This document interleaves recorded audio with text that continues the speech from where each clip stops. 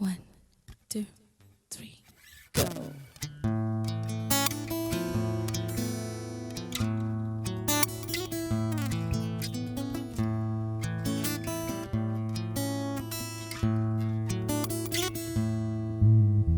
Great is thy faithfulness, O God my Father. There is no shadow of turning with thee.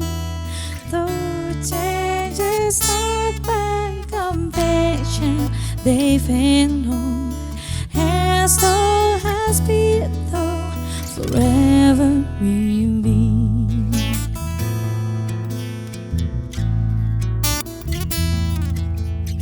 Summer and winter, and springtime and harvest, sun, moon, and stars sing their courses above.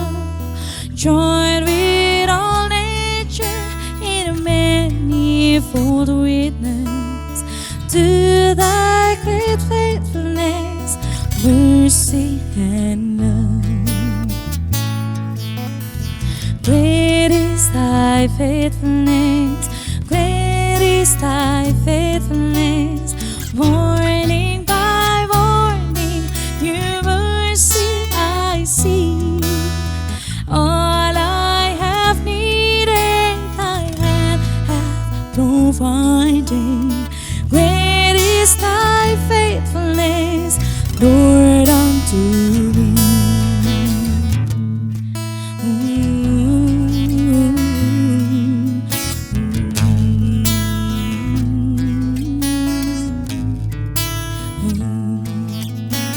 Great is thy faithfulness, great is thy faithfulness. Morning by morning, new mercies I see. All I have needed, thy hand hath provided. Great is thy faithfulness, Lord, unto me. Great is thy faithfulness, great is thy faithfulness.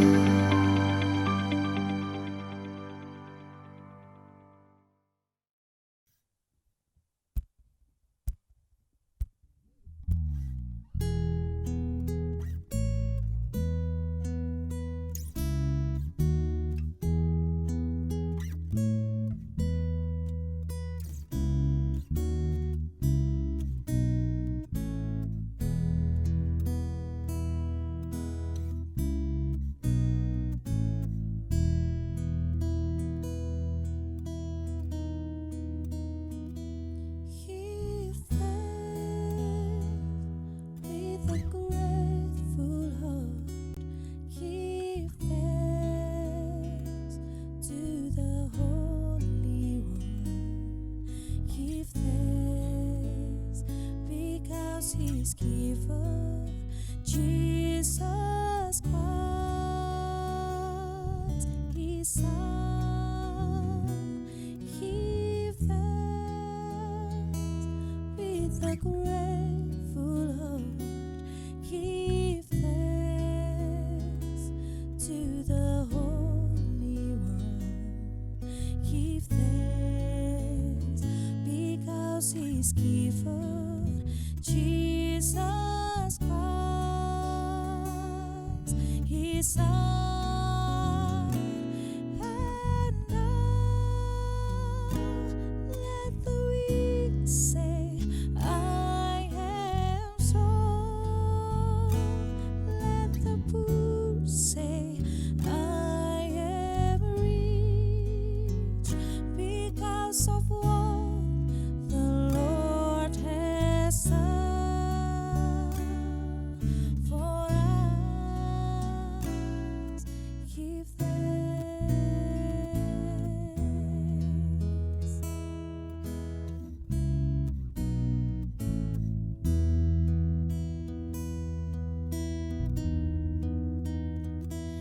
Give thanks with a grateful heart.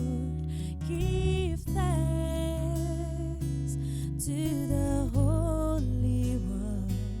Give thanks because He's given Jesus Christ, His Son.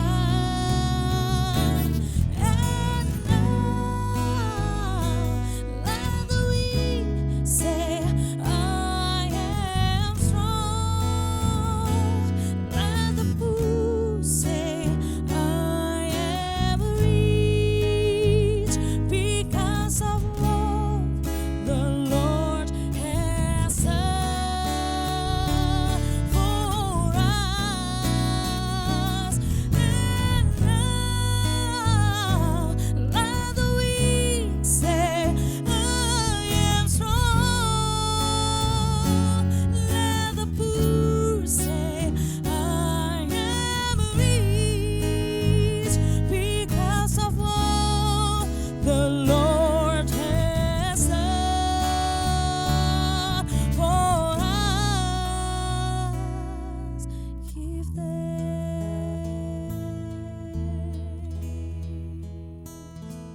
Give thanks.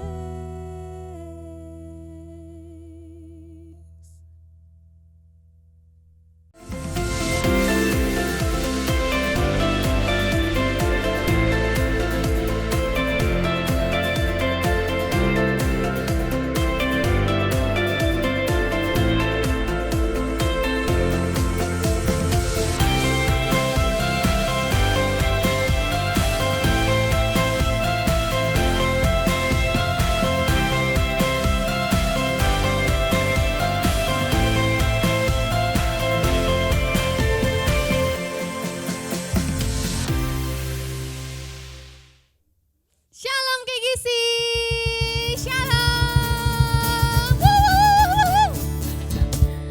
Oke, bertemu lagi kita di minggu kedua di bulan Agustus. Oke, sebelum kita menyembah Tuhan, sebelum kita menikmati hadirat Tuhan, aku mau nyampaikan satu ayat. Nanti sambil direnungin ya, gitu kan. Di Amos 8 ayat yang ke-11 ini versi mudah dibaca. Judulnya kelaparan atas firman Allah akan datang. Tuhan Allahku mengatakan, lihat waktunya sedang datang. Aku akan mengadakan masa kelaparan di negeri itu. Orang tidak lapar akan makanan. Orang tidak haus akan air. Tidak, orang lapar akan firman Tuhan. Jadi di sini ditulis bahwa akan datang saatnya bahwa setiap orang di muka bumi akan haus dan lapar akan firman Tuhan, haus dan lapar akan hadirat Tuhan. Sekarang kita ada di dalam kasih karunia-Nya Tuhan, kita sudah ditebus, kita layak untuk menikmati hadirat Tuhan, kita layak untuk menikmati firman Tuhan dalam hidup kita. Jadi jangan sia-siakan kesempatan itu, jangan sia-siakan pengorbanan Tuhan yang membuat kita layak untuk menikmati hadiratnya. Oke, tetap antusias untuk kita menyembah Tuhan.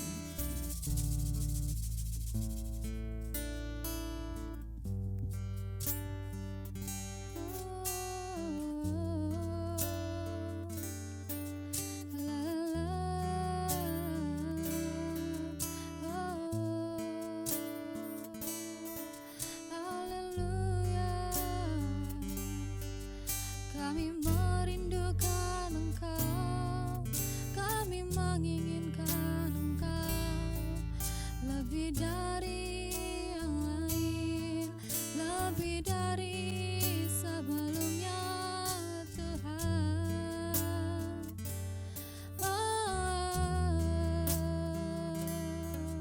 Kami mau menikmati hadirat-Mu. Kami mau menikmati hadirat-Mu Tuhan. Terima kasih Tuhan, sebab Kau telah layakkan kami datang menyembah-Mu, datang memuji-Mu.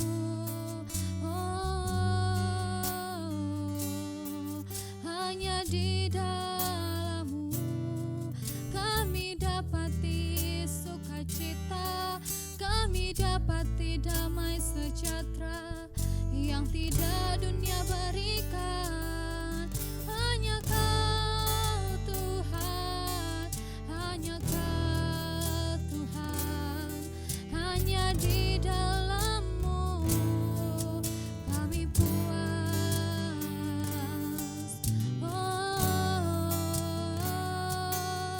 Haleluya, haleluya.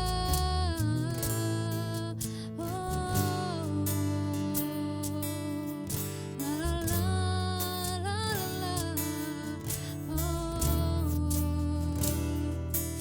Kami angkat hati kami menyembah Engkau.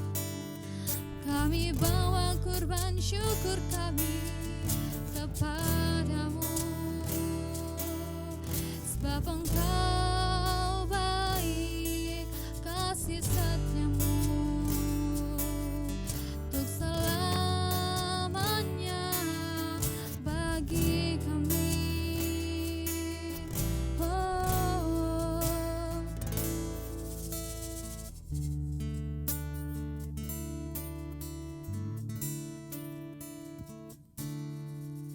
Rindu selalu bersama-Mu,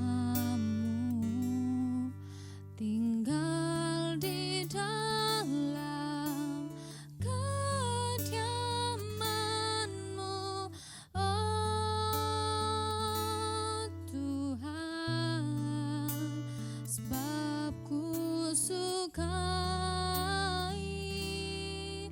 hadirat-Mu, tak ingin ku terpisahkan dekat dengan-Mu. Itu yang ku rindukan,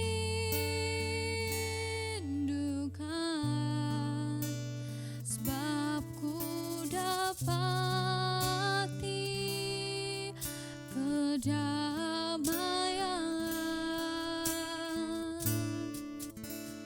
Ku nikmati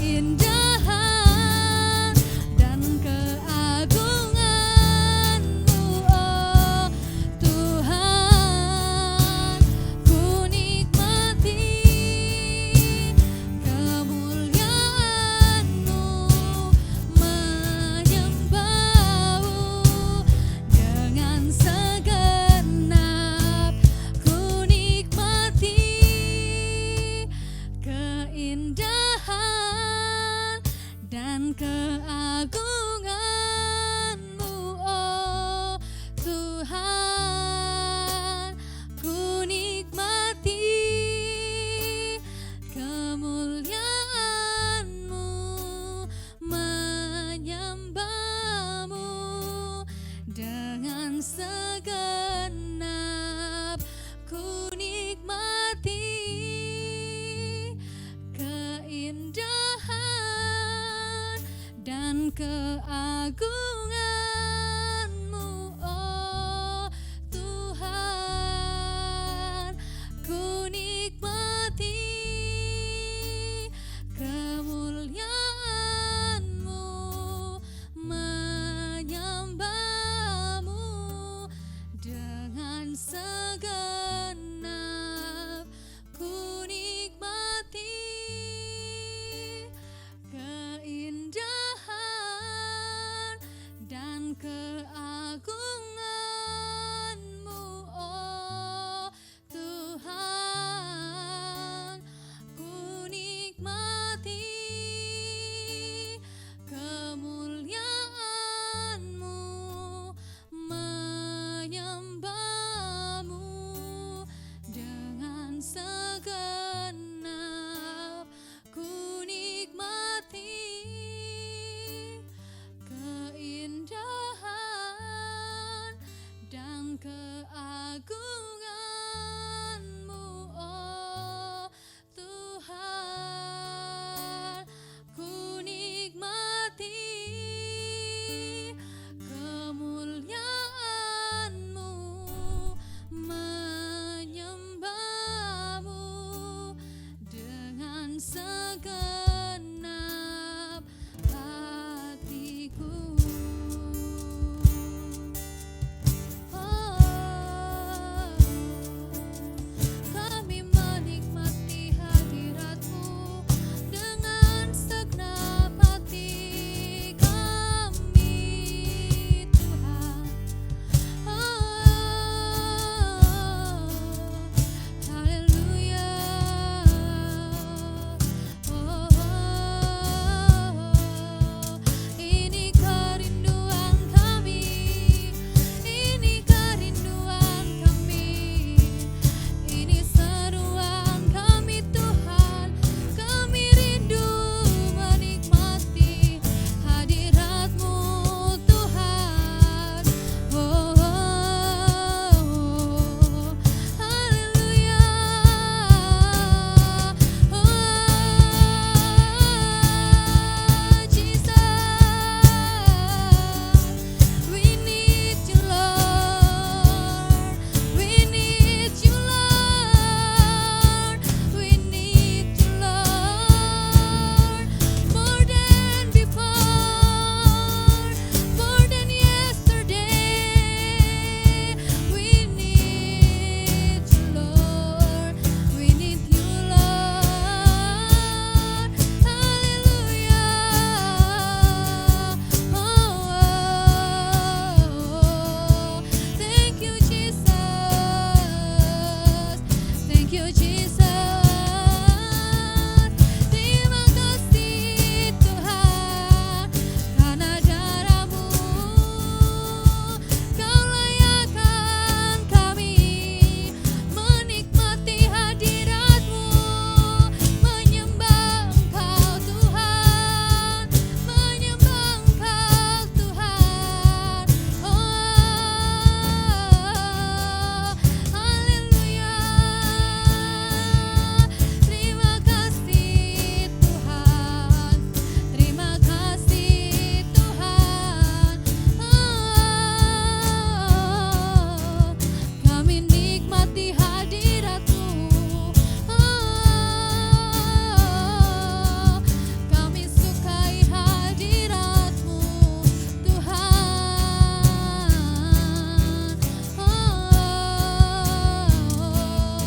sebab di dalam-Mu, Tuhan, kami dapatkan ketenangan, kami dapati damai sejahtera dan sukacita. Tiada pernah diberikan oleh dunia ini, hanya Kau yang sanggup memberikannya. Karena Engkaulah sumber sukacita dan damai sejahtera. Terima kasih Tuhan, kami kami nikmati hadirat-Mu.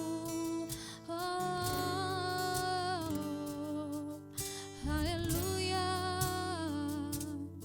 Sekalipun kami dalam lembah kelam, waktu kami menikmati Engkau, kami tahu Engkau yang pegang kami. Kami tahu Engkau yang mengatur hidup kami, Tuhan. Kami tak perlu takut bahaya, kami tak perlu takut akan malapetaka, sebab gadamu dan tongkat-Mu itu yang menghibur kami. Oh, kami menikmati hadirat-Mu. Oh, Roh Kudus menjamah setiap kami. Roh Kudus bekerja melawat setiap hati yang datang dan terbuka. Oh, di dalam hadirat-Mu Tuhan, di dalam hadirat-Mu ada kesembuhan, ada kelegaan, yang terikat dibebaskan hanya dalam hadirat-Mu Tuhan. Oh, hiralana, shiralala, kiralala, mo shiradadadadadadadada, kiralala, shiradadadadadadada, hiralala, matekaralala, shiralala, matekaralala, hiralala, matekaralala, shiradala. Oh, hiralala, shirala. Oh, haleluya.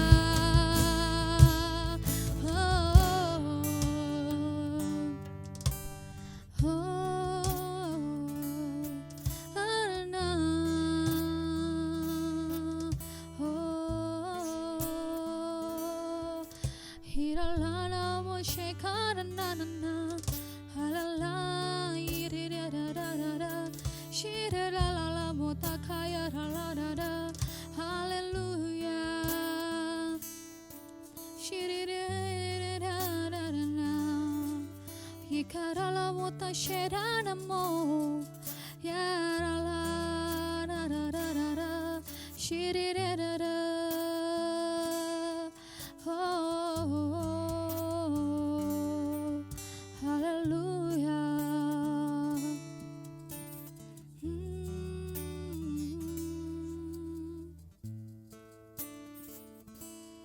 Sebab kata Tuhan, marilah datang kepadaku bagi kalian yang letih, lesu dan berbeban berat, karena aku akan memberikan kelegaan kepadamu. Dan pikulah kuk yang kupasang, karena itu enak. Sebab kami tahu Tuhan, waktu Engkau yang memberikan setiap kami apapun yang dari Tuhan, kami percaya itu yang terbaik. Hari ini Tuhan, aku berdoa untuk setiap teman-teman yang ikut ibadah online service hari ini. Bagi orang-orang yang merasa aku gak ada gunanya lagi hidup di dunia ini. Buat apa aku hidup? Orang-orang menolak aku.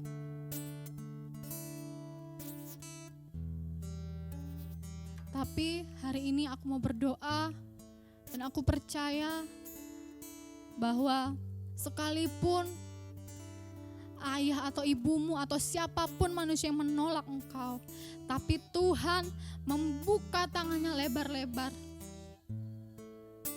menantikan, berlari, memeluk engkau, mengejar engkau. Please come back, kata Tuhan, kembali kepadaku. Aku selalu menantikan engkau. Aku selalu menunggu engkau. Aku menginginkan engkau karena engkau berharga.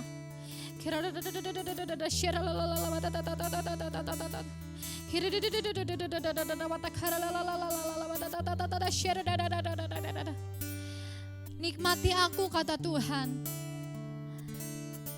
karena gak ada satupun yang dapat memberikan sukacita atau damai sejahtera yang aku punya.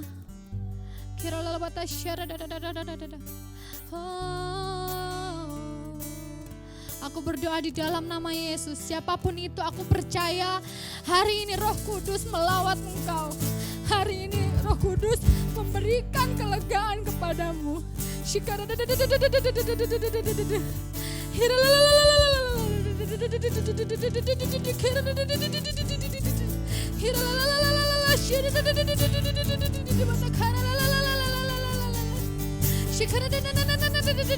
Mengalir kuasa Roh Kudus yang tidak terbatas ruang dan waktu, menjamah memulihkan hati yang terluka.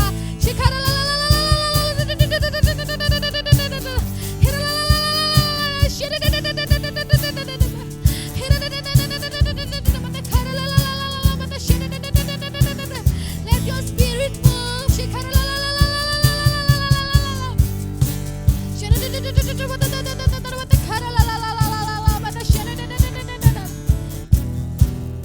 Yes.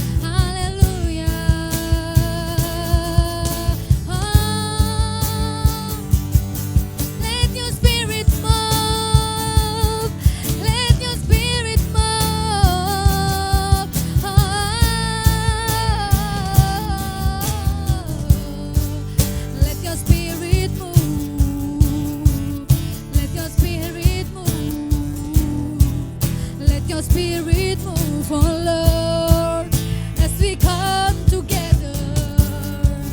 Let your spirit move. Let your spirit move.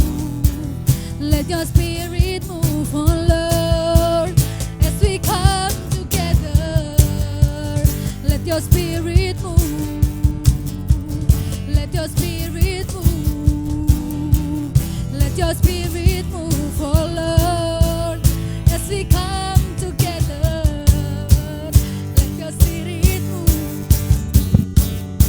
your spirit move. Let your spirit move, oh Lord, as we come together. Fill us with your spirit. Fill us with your power. Fill us with your glory, Lord,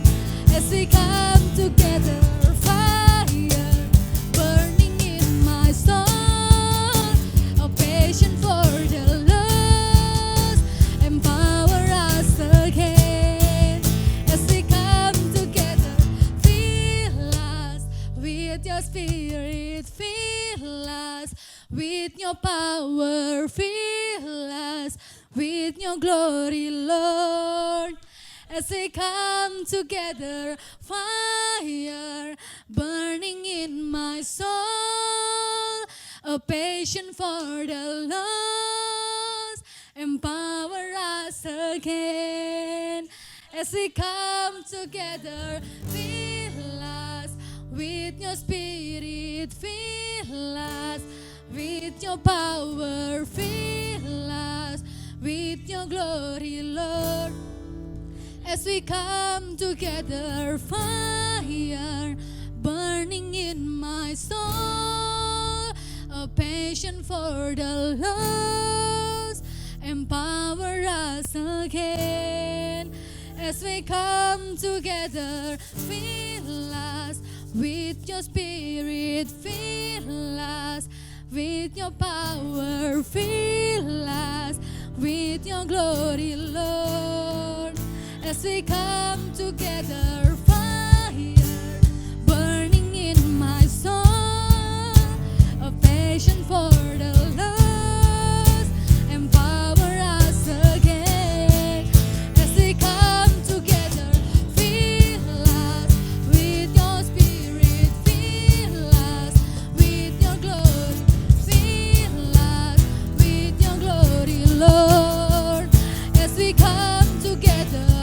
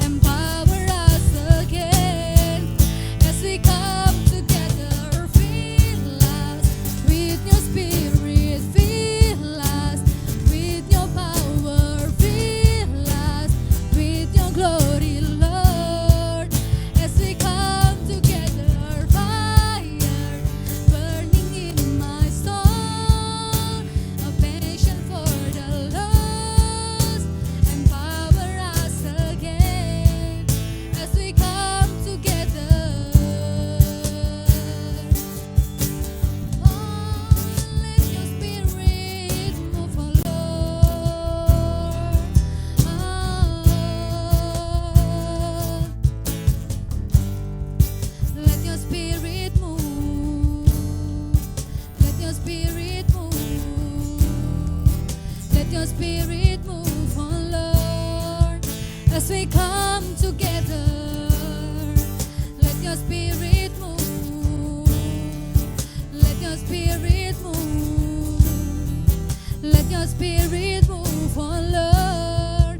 As we come together, let your Spirit move. Let your Spirit move. Let your Spirit move, oh Lord. As we come together, let your Spirit move. Let your Spirit move. Let your Spirit move, oh Lord. As we come together, oh, as we come together.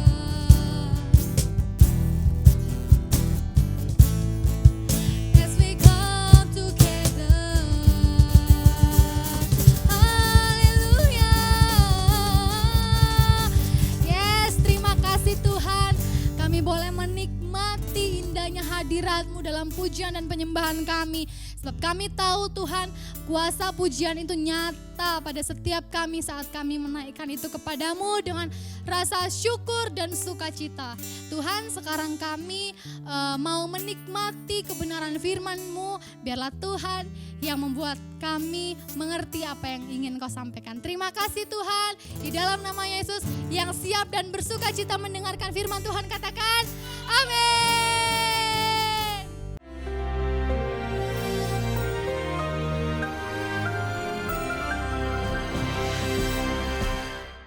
Shalom warga kerajaan. Banyak orang cuma senang musim semi dan suka dengan summertime.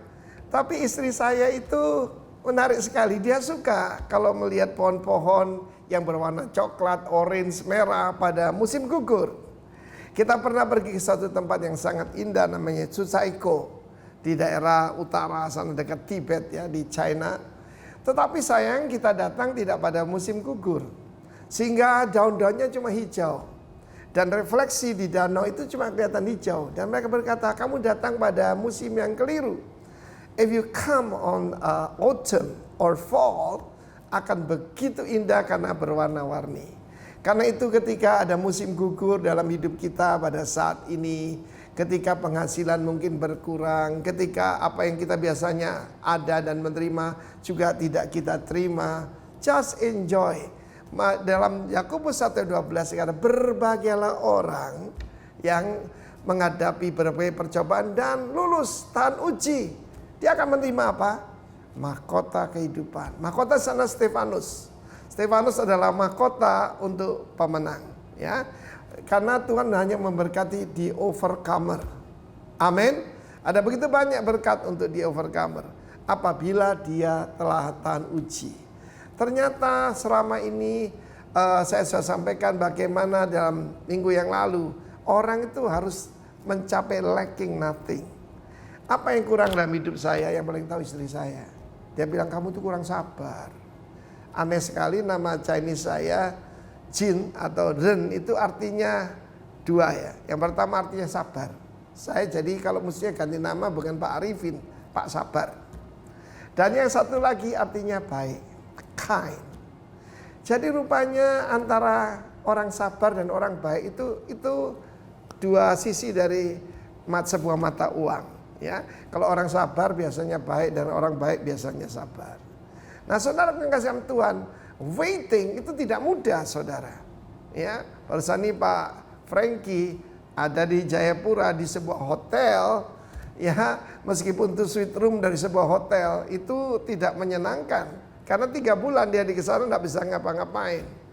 Dan demikian juga mungkin banyak para saudara seperti itu.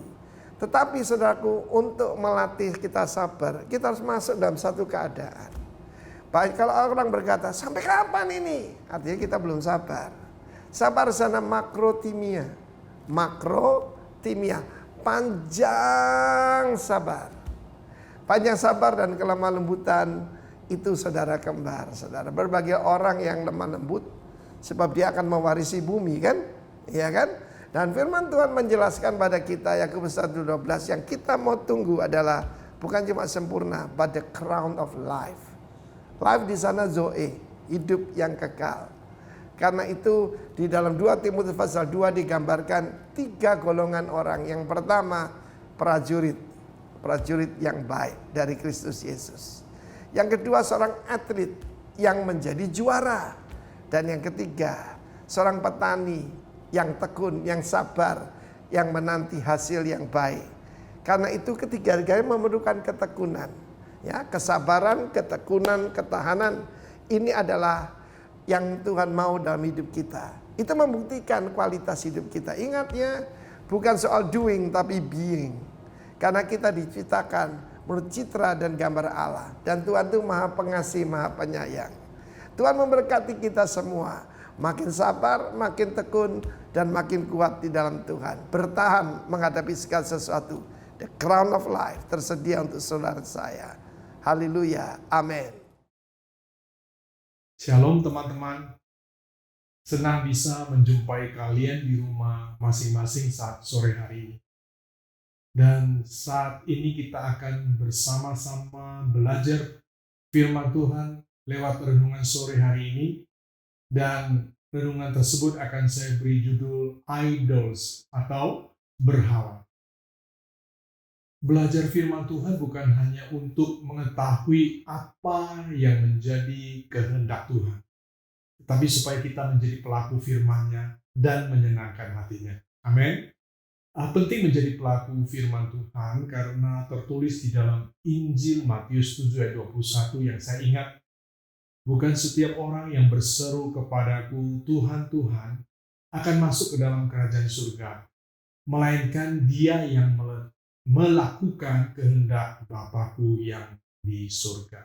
Sebelumnya, kita akan berdoa terlebih dahulu. Terima kasih Tuhan, saat sore hari ini kembali kami datang kepadamu. Kami akan belajar firman Tuhan, Kiranya Roh Kudus memberikan kami pengertian, sehingga kami boleh mengerti dan menjadi pelaku firman Tuhan dan menyenangkan hati Tuhan. Di dalam nama Yesus, kami sudah berdoa dan mengucap syukur. Amin. Teman-teman, kalau kita belajar Alkitab, kita akan tahu mengapa Tuhan memanggil Abraham keluar dari Ur Kasdim. Di dalam Kejadian 15 ayat 7 kita akan membacanya. Lagi firman Tuhan kepadanya, Akulah Tuhan yang membawa engkau keluar dari Ur Kasdim untuk memberikan negeri ini kepadamu menjadi milik. Teman-teman, salah satu alasan mengapa Tuhan memanggil Abraham keluar dari Ur Kasdim, kita akan melihat bahwa ternyata Ur Kasdim adalah sebuah negeri di mana para nenek moyang Abraham itu menyembah berhala. Jelas tertulis dalam kitab Yosua 24 ayat yang kedua tentang hal tersebut. Kita akan membaca sekali lagi. Beginilah firman Tuhan Allah Israel. Dahulu kala di seberang sungai Efrat, disitulah diam nenek moyangmu, yakni Terah, ayah Abraham dan ayah Nahor, dan mereka beribadah kepada Allah lain. Ur Kasdim, sebuah kota penting di Babylon, merupakan daerah yang memiliki tanah subur dan menjadi pusat penyembahan berhala. Dan kita tahu bahwa mereka menyembah kepada dewa Sin atau dewa bulan. Penyembahan berhala telah mencapai puncaknya di zaman Abraham, sehingga Terah, ayah Abraham, lebih terpikat kepada penyembahan berhala daripada menyembah Allah yang benar. Ya. Jadi Ur Kasdim adalah sebuah negeri di mana para nenek moyang Abraham menyembah berhala di sana.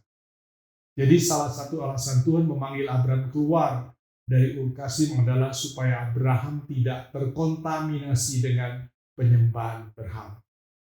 Firman Tuhan di dalam Keluaran 20 ayat yang keempat berkata, jangan membuat bagimu patung yang menyerupai apapun yang ada di langit di atas, atau yang ada di bumi di bawah, atau yang ada di dalam air di bawah bumi.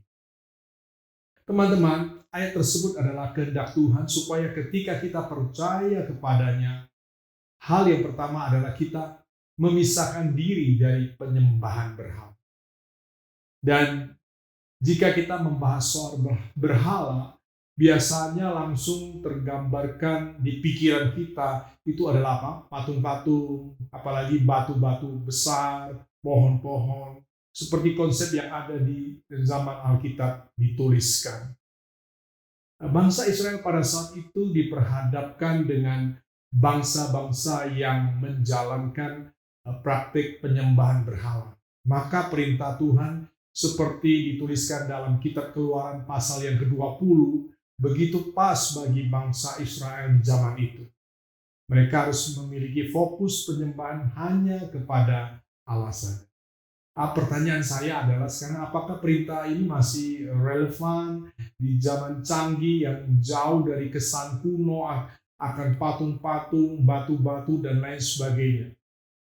Kita bisa melihat sekarang ada orang-orang Kristen yang sangat anti dengan patung berhala. Ya, jadi sewaktu mereka bertobat, patung-patung itu akan dibakar, dimusnahkan. Nah, itu hanya untuk menegaskan bahwa mereka telah terlepas dari penyembahan berhala.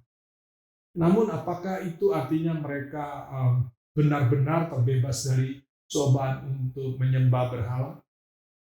Ada seorang penulis buku yang bernama Timothy Keller, di dalam bukunya Counterfeit Gods atau Allah palsu, Allah-Allah palsu, mendefinisikan bahwa berhala itu adalah segala sesuatu yang begitu atau paling penting dan esensial di dalam hidup kita.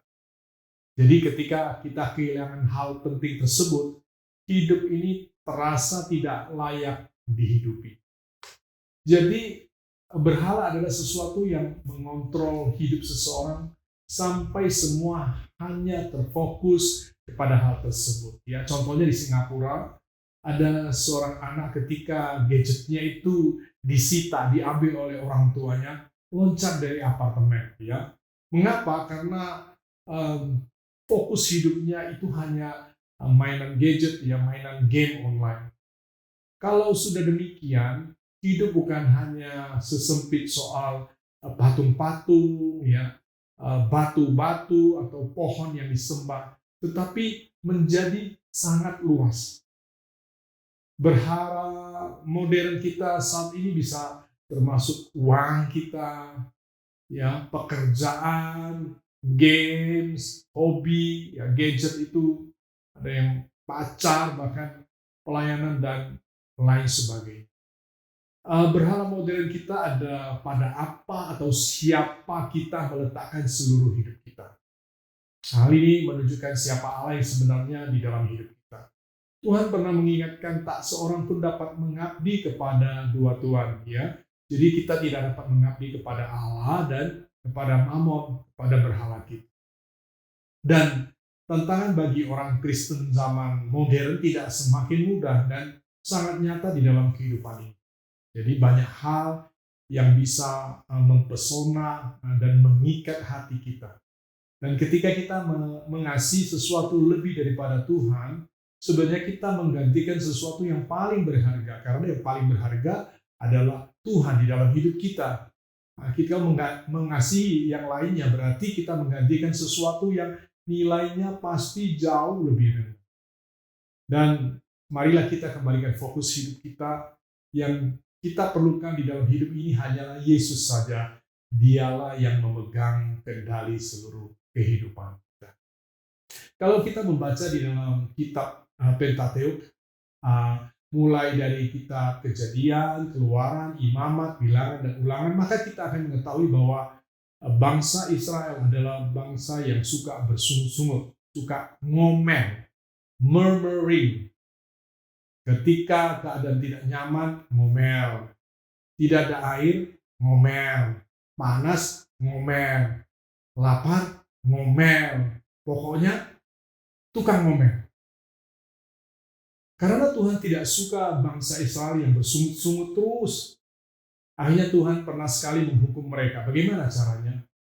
Tuhan mengirim ular-ular tedung ke antara bangsa itu dan memanggut bangsa Israel dan banyak yang mati. Kalau kita membaca di dalam Bilangan 21 ayat yang ke-6, lalu Tuhan menyuruh ular-ular tedung ke antara bangsa itu dan memagut mereka, sehingga banyak dari orang Israel yang mati. Dan ketika Tuhan sudah menyuruh ular tedung itu ke antara mereka, banyak yang mati. Dan seperti yang biasa dilakukan bangsa ini, setelah mendapatkan hukuman atau disiplin dari Tuhan, mereka pasti datang kepada Musa. Meminta kepada Musa supaya Musa datang kepada Tuhan dan memohon ampun atas kesalahan mereka. Dan meminta Tuhan untuk mengusir ular-ular tedung itu. Kita akan membaca di dalam Bilangan 21 ayat 8 hingga 9. Firman Tuhan berkata, maka berfirmanlah Tuhan kepada Musa, buatlah ular tedung dan taruhlah itu pada sebuah tiang, maka setiap orang yang terpagut, jika ia melihatnya, akan tetap hidup. Lalu Musa membuat ular tembaga dan menaruhnya pada sebuah tiang. Maka jika seseorang dipagut ular dan ia memandang kepada ular tembaga itu, tetaplah ia hidup. Teman-teman, jadi setelah Musa menemui Tuhan, maka Tuhan menyuruh Musa itu membuat ular tembaga, kemudian menaruhnya pada sebuah tiang. Sehingga siapapun yang sudah dipagut ular, kemudian memandang kepada ular tembaga itu, ia tetap hidup. Nah, waktu berlalu dan orang Israel tetap mengingat ular tembaga itu sebagai sesuatu yang menyelamatkan hidup mereka. Bukannya melihat Tuhan sebagai penyelamat, tapi orang Israel itu melihat ular tembaga itu sebagai penyelamat mereka. Mereka menamakannya ular tembaga tersebut itu Nehustan dan menyembahnya sebagai penyelamat mereka. Kisah mengenai ular tembaga ini kita jumpai lagi di 2 Raja-Raja 18 ayat yang keempat, yaitu ketika Raja Hizkia berani menghancurkan ular tembaga yang dibuat Musa. Kita akan membaca ayat tersebut. Dialah di sini adalah Raja Hizkia yang menjauhkan bukit-bukit pengorbanan dan yang meremukkan tugu-tugu berhala dan yang menebang tiang-tiang berhala dan yang menghancurkan ular tembaga yang dibuat Musa. Sebab sampai masa itu orang Israel memang masih membakar korban bagi ular itu yang namanya disebut Nehustan. Bisa kita bayangkan orang Israel tidak meninggalkan tiang ular itu di padang gurun setelah masalah dengan ular-ular tedung itu selesai. Kemudian Musa mengizinkan orang Israel membawa tiang ular tembaga itu di dalam perjalanan mereka, bahkan ketika memasuki tanah Kanaan. Ada rentang waktu yang cukup panjang antara Musa, kemudian Yosua, para hakim, para raja, sampai kepada Hizkia. Selama itu ada orang-orang Israel yang tetap menganggap Nehustan sebagai penyelamat mereka. Kita akan lanjut dengan kisah Gideon. Sebelumnya kita akan membaca di dalam Hakim-Hakim 6 ayat 1 dan ayat yang kedua. Tetapi orang Israel melakukan apa yang jahat di mata Tuhan. Sebab itu Tuhan menyerahkan mereka ke dalam tangan orang Midian 7 tahun lamanya. Dan selama itu orang Midian berkuasa atas orang Israel. Karena takutnya kepada orang Midian itu, maka orang Israel membuat tempat-tempat perlindungan di pegunungan, yakni gua-gua dan kubu-kubu. Teman-teman, Gideon adalah seorang hakim yang terkenal karena meminta tanda kepada Tuhan. Ia adalah anak termuda dari kaum terkecil, suku Manase yang dituju Tuhan untuk menyelamatkan bangsa Israel dari penindasan oleh bangsa Midian. Bangsa Midian saat itu berkemah di sekeliling bangsa Israel. Mereka menjara makanan dan ternak mereka hingga Israel menjadi bangsa yang melarat, miskin, tidak punya apa-apa. Kita bisa membaca sendiri kisah kepahlawanan Gideon memimpin bangsa Israel melawan Midian di dalam Hakim-Hakim 6 dan ayat 8. Tetapi itu bukan yang akan kita bahas pada saat sore hari ini. Ternyata kepemimpinan Gideon rupanya tidak berbekas terlalu lama. Segera setelah Gideon meninggal, bangsa Israel langsung berbalik kepada Baal. Mereka kembali menyembah kepada berhala. Ya, kita melihat di dalam Hakim-Hakim 8 ayat yang ke-33. Firman Tuhan berkata, setelah Gideon mati, kembalilah orang Israel berjalan serong dengan mengikuti para Baal dan membuat Baal Berit menjadi Allah mereka. Kepemimpinan Gideon ternyata tidak banyak membawa dampak di kemudian hari. Apa masalahnya? Gideon mempertunangkan bangsa Israel dengan dirinya sendiri. Gideon menarik perhatian pada dirinya sendiri, bukan kepada Tuhan. Seharusnya Gideon itu membawa bangsa Israel menyembah kepada Allah yang benar. Dan itu dimulai ketika kita akan membaca lagi di dalam Hakim-Hakim 8 ayat 24 hingga ayat yang ke-27. Di sana dikatakan, selanjutnya kata Gideon kepada mereka, satu hal saja yang kuminta kepadamu, baiklah kamu masing-masing memberikan anting-anting dari jarahannya, karena musuh itu beranting-anting emas, sebab mereka orang Ismail. Jawab mereka, kami mau memberikannya dengan suka hati. Dan setelah dihamparkan sehelai kain, maka masing-masing melemparkan anting-anting dari jarahannya ke atas kain itu. Adapun berat anting-anting emas yang dimintanya itu ada 1.700 sikal emas. belum terhitung bulan-bulanan, perhiasan telinga, dan pakaian kain ungu muda yang dipakai oleh raja-raja Midian. Dan belum terhitung kalung rantai yang ada pada leher unta mereka. Ayat yang ke-27, kemudian Gideon membuat efod dari semuanya itu dan menempatkannya di kotanya di Ofra. Di sanalah orang Israel berlaku serong dengan menyembah efod itu, dan inilah yang menjadi jerat bagi Gideon dan seisi rumahnya. Teman-teman, tanpa diperintahkan Tuhan, Gideon menyuruh bangsa Israel mengumpulkan anting-anting dan perhiasan emas dari musuh yang dikalahkannya. Kemudian membuat baju efod dari perhiasan tersebut. Seolah menggantikan keberadaan Gideon, baju efod dari perhiasan emas disimpan Gideon di kotanya, yaitu di kota Ofra. Alkitab mencatat orang Israel kemudian berlaku serong dengan menyembah baju efod itu. Dan ini menjadi jerat bagi Gideon dan seisi rumahnya, seperti apa yang sudah tercatat di dalam Alkitab. Teman-teman, saat sore hari ini kita akan belajar apa yang terjadi dengan bangsa Israel, dengan ular tembaga. Mereka menyembah kepada ular tembaga, dan juga baju efod dari Gideon. Orang Israel menyembah kepada efod tersebut. Apa sih rasanya diidolakan oleh orang yang kita pimpin? Sangat menyenangkan.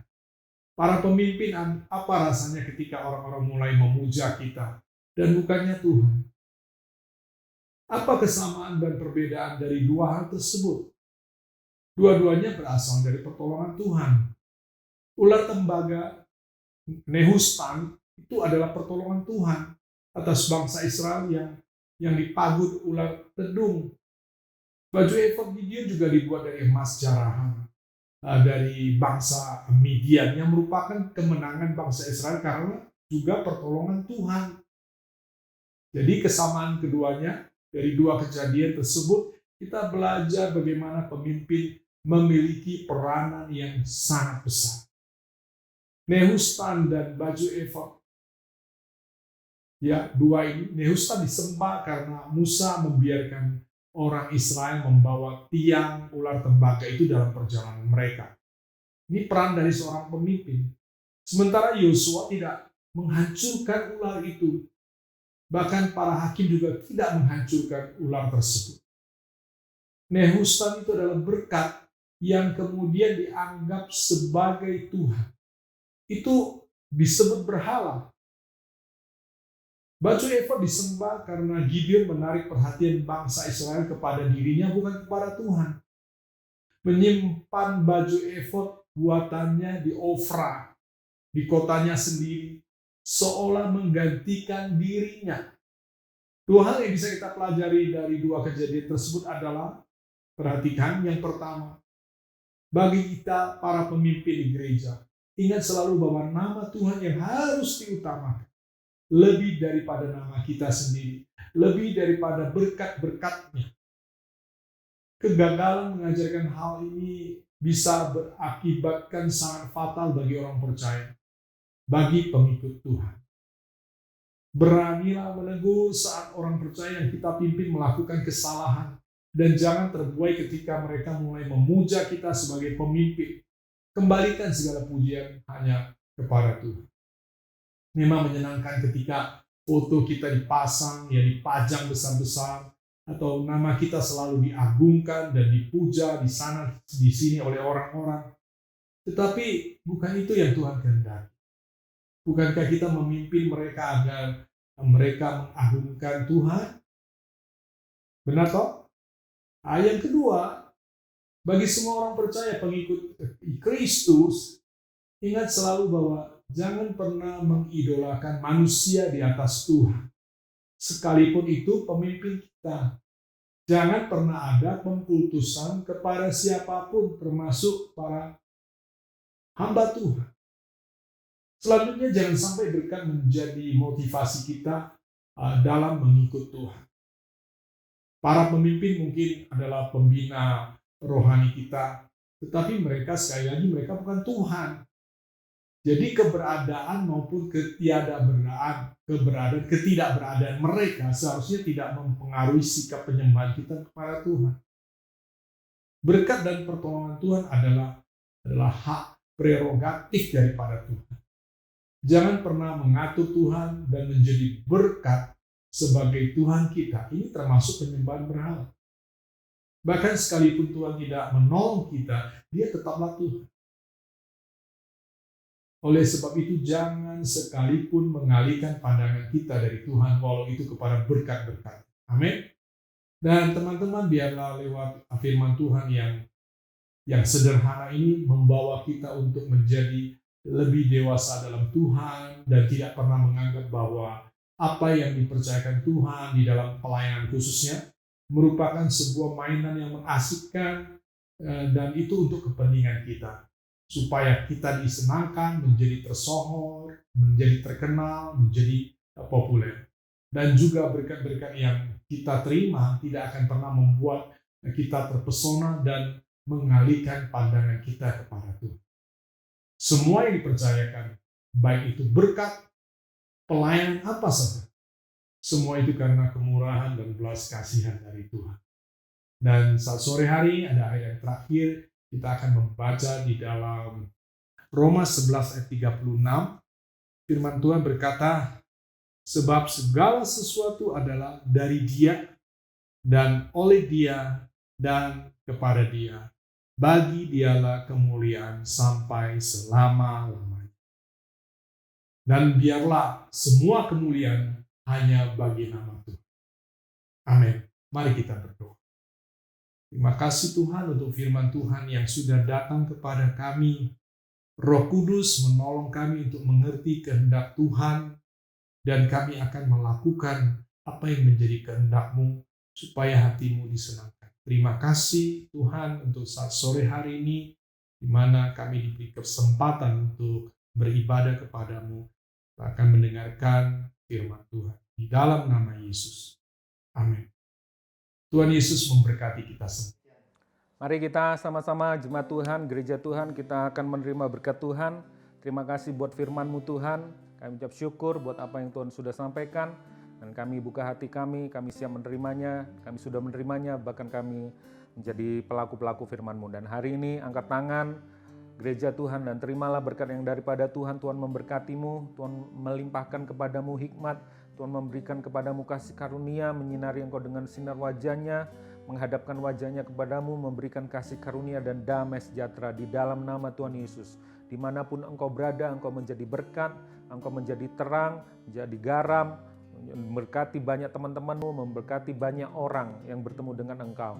Apa saja yang diperbuat tanganmu dibuat berhasil oleh Tuhan di dalam nama Tuhan Yesus Kristus. Berkat yang dari Abraham, Ishak dan Israel menjadi bagianmu melalui pengorbanan Kristus Yesus Tuhan kami.